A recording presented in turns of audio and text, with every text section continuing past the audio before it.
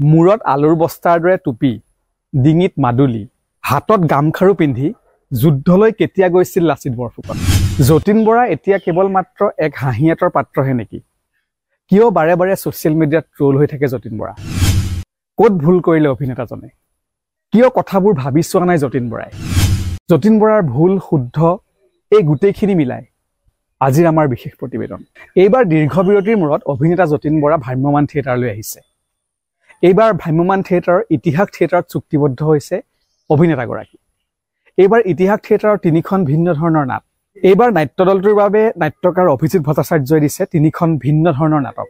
এখন মহাৰাজ, আনখন হ'ল জুয়ে পুৰা মানুহ আৰু তৃতীয়খন হ'ল মহাবীৰ লাচিত, যিখনক নাট্যৰূপ দিয়া হৈছে। লাচিত বৰফুকনৰ বীৰগাথা নিশ্চয়কৈ এই নাটকখনত উপস্থাপন কৰিব। লাচিত বৰফুকনৰ নাম ভূমিকাত অৱতীৰ্ণ হ'ব অভিনেতা যতীন বৰা।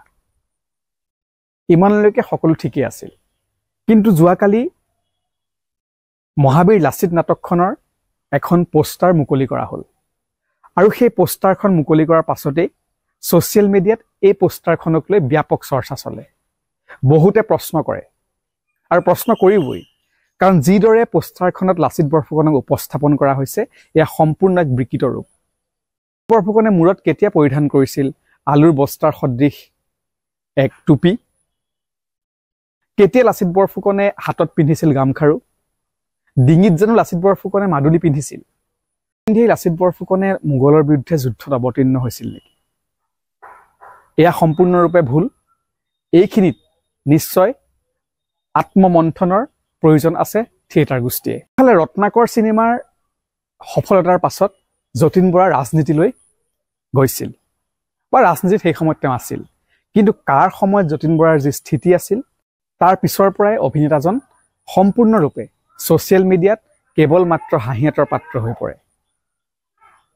বহুতে তেওঁক আৱেগিক অভিনেতা, বহুতে তেওঁ পোষ্ট দিলে আৱেগিক হৈ পৰিছোঁ, এনেধৰণৰ কিছুমান ব্যংগাত্মক সুৰত তেওঁক কমেণ্ট দিয়ে। ৰাঘৱ ছবিখনৰ অৱস্থা আমি সকলোৱে দেখিছিলোঁ। ছবিখন মুক্তিৰ সময়ত যতীন বৰা ব্যাপকভাৱে সমালোচনাৰ সন্মুখীন হৈছিল। এতিয়াও যতীন বৰাৰ পাইপলাইনত আছে দুখনকৈ বিগ বাজেট ছবি। এখন হ'ল অগ্নিবাণ, যিখনৰ শ্বুটিং প্ৰায় শেষ হৈছে।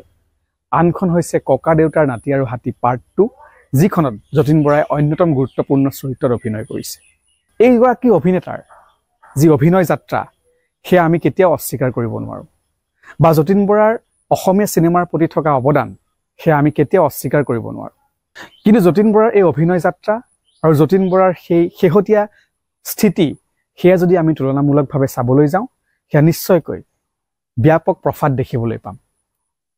যতীন বৰাই আজিকালি ৰাজনীতিৰ পৰা বহু যোজন দূৰত। এইবাৰ লোকসভা নিৰ্বাচনত যতীন বৰাই কোনো ধৰণৰ নিৰ্বাচনী প্ৰচাৰত ভাগ লোৱা নাই। শেহতীয়াকৈ এটা টেলিভিছন চেনেলৰ সৈতে হোৱা সাক্ষাৎকাৰত অভিনেতা যতীন বৰাই কৈছে যে তেওঁ অভিনয়ৰ মানুহ আৰু তেওঁক অভিনেতা হিচাপে ৰাইজে চিনাকি দিলেহে তেওঁ ভাল পাব। ৰাজনীতি তেওঁৰ লগত নিমিলে আৰু ৰাজনীতিৰ সৈতে তেওঁ একাত্ম হ'ব নোৱাৰে। গতিকে তেওঁ ৰাজনীতিৰ পৰা সম্পূৰ্ণৰূপে এতিয়া ওলাই আহিছে আৰু অভিনেতা হিচাপেহে তেওঁ আগন্তুক দিনলৈকে কাম কৰি যাব। আজি ইতিহাস থিয়েটাৰৰ এই মহাবীৰ লাচিত নাটকখনৰ প্ৰতি যি চৰ্চা আৰম্ভ হৈছে, সেই চৰ্চাৰ বাবে দায়ী কেৱল যতীন বৰা নেকি? হয়, নিশ্চয়কৈ যতীন বৰাই প্ৰশ্ন কৰাৰ অৱকাশ আছিল যে লাচিত বৰফুকনে নিশ্চয়কৈ এনেধৰণৰ বেশত তেওঁ অৱতীৰ্ণ হোৱা নাছিল। নাট্যকাৰ অভিজিত ভট্টাচাৰ্য আৰু ইতিহাস থিয়েটাৰ কৰ্তৃপক্ষই এই দিশত কিন্তু মন্তব্য আগবঢ়োৱাৰ সময় আহি পৰিছে, কাৰণ অসমৰ এইগৰাকী বীৰ যোদ্ধাক অপমান আমি কেতিয়াও গ্ৰহণ কৰিব নোৱাৰোঁ। ইয়াৰ উত্তৰ দিব লাগে কিয় তেওঁলোকে বিকৃত ৰূপত লাচিত বৰফুকনক উপস্থাপন কৰিছে, বা ইয়াৰ সংশোধন কৰিব লাগে আৰু ৰাইজৰ ওচৰত এই সম্পৰ্কত তেওঁলোকে নিজৰ স্থিতি স্পষ্ট কৰিব লাগে। ছ'চিয়েল মিডিয়াই বহু লোকক এক ৰাতিৰ ভিতৰত হিৰো বনাই দিয়ে, এক ৰাতিৰ ভিতৰত জিৰো বনাই দিয়ে। এইবাৰ লোকসভা নিৰ্বাচনতো আমি তাৰ প্ৰমাণ দেখিলোঁ। ছ'চিয়েল মিডিয়াত যিসকল বহুত জনপ্ৰিয় তেওঁলোক নিৰ্বাচনত হাৰিল, কিন্তু কংগনা ৰাণাৱত কিন্তু নিৰ্বাচনত জিকিল। গতিকে ছ'চিয়েল মিডিয়াৰ পৃথিৱী আৰু বাস্তৱ পৃথিৱী সম্পূৰ্ণৰূপে বিপৰীত। দেখিলে এনেকুৱা লাগে যতীন বৰাৰ সমান শত্ৰু পৃথিৱীত কোনোৱেই নাই। অসমখন এফালৰ পৰা ধ্বংস কৰি নিছে যতীন বৰাই, কিন্তু এয়া জানো সঁচা?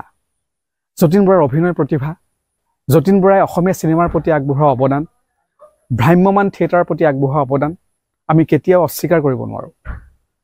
অভিনেতা হিচাপে যতীন বৰা আমাৰ সদায় চিৰনমস্য, কিন্তু ৰাজনৈতিক মতাদৰ্শত তেওঁৰ সৈতে নিশ্চয়কৈ মতৰ অমিল আমাৰ বহুতৰে আছে আৰু থাকিব। সেয়া সম্পূৰ্ণ ব্যক্তিগত চিন্তা।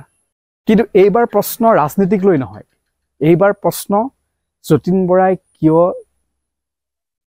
লাচিত বৰফুকনক বিকৃত ৰূপত উপস্থাপন কৰাৰ ক্ষেত্ৰত সহযোগিতা আগবঢ়ালে। গতিকে নাট্যযাত্ৰা আৰম্ভ হোৱাৰ পূৰ্বে ইতিহাস থিয়েটাৰ কৰ্তৃপক্ষই এই দিশত নিজৰ স্থিতি স্পষ্ট কৰি ভুলৰ শুধৰণি কৰিব লাগে আৰু নাটকখনত যাতে কোনো ধৰণৰ বিকৃত ৰূপ নাথাকে বা নাটকখন যাতে আধুনিক কৰিবলৈ গৈ ইয়াৰ যি তাৎপৰ্য আছে, যি মহত্ব আছে, সেয়া যাতে ম্লান নহয়, সেই দিশতো গুৰুত্ব দিব লাগে। এই পোষ্টাৰখন এক সাৱধান বাণী, এক সতৰ্ক বাণী হিচাপে ইতিহাস থিয়েটাৰ কৰ্তৃপক্ষইও ধৰিব লাগে আৰু ইয়াৰ সংশোধন কৰিব লাগে। আৰু দীঘলীয়া নকৰোঁ, আজিৰ ভিডিঅ' ইমানেই। পৰৱৰ্তী ভিডিঅ'ত আপোনালোকক সকলোকে লগ পাম।